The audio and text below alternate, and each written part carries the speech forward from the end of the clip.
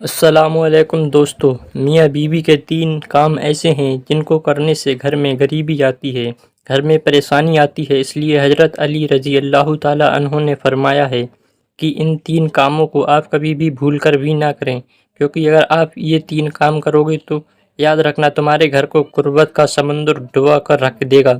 تمہارا گھر غربت کے دلدل میں پھنس جائے گا، پریشانی اور مصیبتوں کے دلدل میں پھنس جائے گا، اور اس طرح سے پھنسو گے کہ پھر آپ کو باہر نکلنے کا کوئی راستہ ہی نہیں ملے گا۔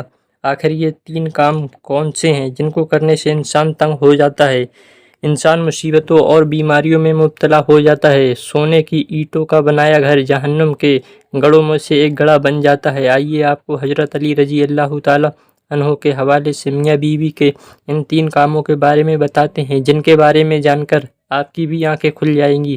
اس لیے اگر آپ شادی شدہ ہیں تو آپ اس ویڈیو کو آخر تک ضرور دیکھیں، اور دل سے ایک لائک کر کے اسے شیئر بھی کر دیں تاکہ اور بھی لوگوں کے پاس یہ ویڈیو پہنچ جائے۔ تو چلیے دوستو شروع کرتے ہیں۔ دوستو، مدینہ شہر میں ایک شخص بڑی دور سے حضرت علی رضی اللہ تعالیٰ عنہ کے پیچھے نماز پڑھنے کے لیے آیا کرتا تھا۔ ایک دن ایسا ہوا کہ وہ آدمی اچانک سے کہیں پر غائب ہو گیا، یعنی کہ اچانک سے وہ کہیں پر چلا گیا۔ اس کے بارے میں کسی کو کچھ معلوم نہیں تھا کہ وہ کہاں پر گیا ہے۔ کچھ دنوں کے بعد میں حضرت علی رضی اللہ تعالیٰ عنہ کا کسی لمبے سفر پر جانا ہوا۔ آپ رضی اللہ تعالیٰ عنہ جب اس سفر سے واپس لوٹ کر مدینہ شہر میں پہنچے تو اس وقت آپ بہت تھک چکے تھے، اس لیے پھر آپ نے ادھر ادھر دیکھا تو آپ کو وہاں پر ایک گھر نظر آیا۔ گھر کے باہر ایک دیوار تھی۔ یہ دیکھ کر آپ اپنے گھوڑے سے نیچے اترے، یعنی کہ اپنی سواری سے نیچے اترے، اور اس دیوار کے ساتھ میں ٹیک لگا کر وہیں پر بیٹھ گئے۔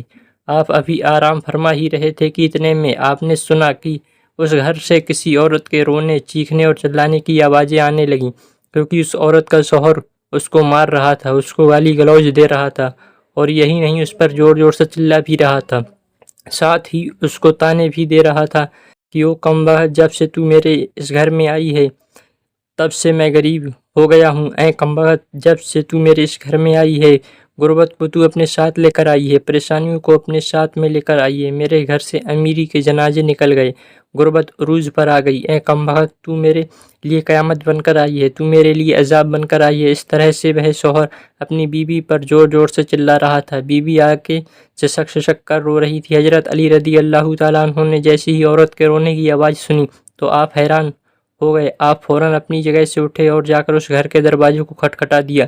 پھر ایک شخص باہر نکلا تو اس کو دیکھتے ہی آپ رضی اللہ تعالیٰ عنہ نے اس کو پہچان گئے کہ یہ تو وہی شخص ہے جو ہر روز میرے پیچھے نماز پڑھنے کے لیے آیا کرتا تھا، جو ایک دن اچانک کہیں پر غائب ہو گیا تھا۔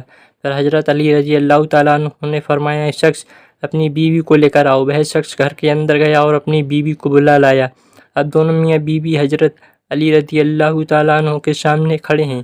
حضرت علی رضی اللہ تعالیٰ عنہ نے فرمایا، اے شخص، اب تو یہ بتا کہ تو اپنی بیوی کو کیوں مار رہا تھا، اپنی بیوی کو کیوں رلا رہا تھا، تو اپنی بیوی کو کیوں تڑپا رہا تھا؟ یہ سن کر اس شخص نے کہا، حضرت، یہ بدبخت عورت جب سے میرے نکاح میں آئی ہے، جب سے میرے گھر میں آئی ہے، تب سے مجھے غریبی میں دھکیل دیا ہے۔ دوسری عورتیں تو شادی کے بعد میں بچے بھی جنم دیتی ہیں، بچے پیدا کرتی ہیں، لیکن اس نے تو میرے گھر میں غربت پیدا کی ہے۔ دوسری عورتیں تو بیٹیاں پیدا کرتی ہیں، رحمت پیدا کرتی ہیں، نعمت پیدا کرتی ہیں، لیکن اس نے تو میرے گھر میں غربت کو پیدا کیا ہے۔ حضرت، جب سے یہ عورت میرے گھر میں آئی ہے، رزق کے تمام دروازے میرے گھر کے لیے بند کر دیے گئے ہیں۔ اس کے آنے کے بعد میں دن بدن پریشانیوں میں اور بیماریوں میں گرتا ہوا جا رہا ہوں۔ اتنا سننے کے بعد میں حضرت علی نے پھر اس کی بیوی سے پوچھا، اے عورت، اب تو یہ بتا کہ یہ شخص تمہیں کب سے مار رہا ہے، کب سے تم کو رلا رہا ہے؟ یہ سن کر وہ عورت سسک سسک کر رونے لگی۔ اس کی آنکھوں سے بے ساختہ آنسو نکل گئے۔ وہ عورت رو کر کہنے لگی، حضرت، جب سے میں اس کی نکاح میں آئی ہوں تب سے میں اس کے گھر میں آئی ہوں، مجھے لگتا ہے کہ میں کسی گھر میں نہیں بلکہ جہنم میں آ گئی ہوں۔ مجھے ایسا لگتا ہے جیسے جیتے جی اللہ نے مجھے جہنم میں پھینک دیا ہے۔ یا حضرت، جب سے میں اس شخص کے گھر میں آئی ہوں تب سے میرا یہ شوہر مجھے طعنے دیتا ہے، یہ کہتا ہے کہ تیرے باپ نے تجھے کچھ بھی دہیج میں نہیں دیا۔ حضرت، میرا باپ بہت غریب تھا، جس کے پاس دینے کے لیے کچھ بھی نہیں تھا۔ شادی سے پہلے تو یہ کہتا کرتا تھا کہ مجھے کچھ نہیں چاہیے، مجھے دہیج میں کچھ بھی نہیں لینا ہے، مگر آج جب یہ مجھے بیاہ کر لے آیا ہے تو مجھے طعنے دینے لگا ہے۔ یہ کہتا ہے کہ تیرے باپ نے تجھے کچھ بھی نہیں دیا، یہ چارپائی میری ہے، یہ بستر میرا، یہ گھر بھی میرا ہے، یہاں پر سب کچھ میرا ہے، تیرا ہے ہی کیا حضرت؟ اس طرح یہ شخص مجھے طعنے دیتا ہے، غیروں لوگوں کے سامنے مجھے بے عزت کرتا ہے، غیروں کے سامنے مجھے رسوا کرتا ہے۔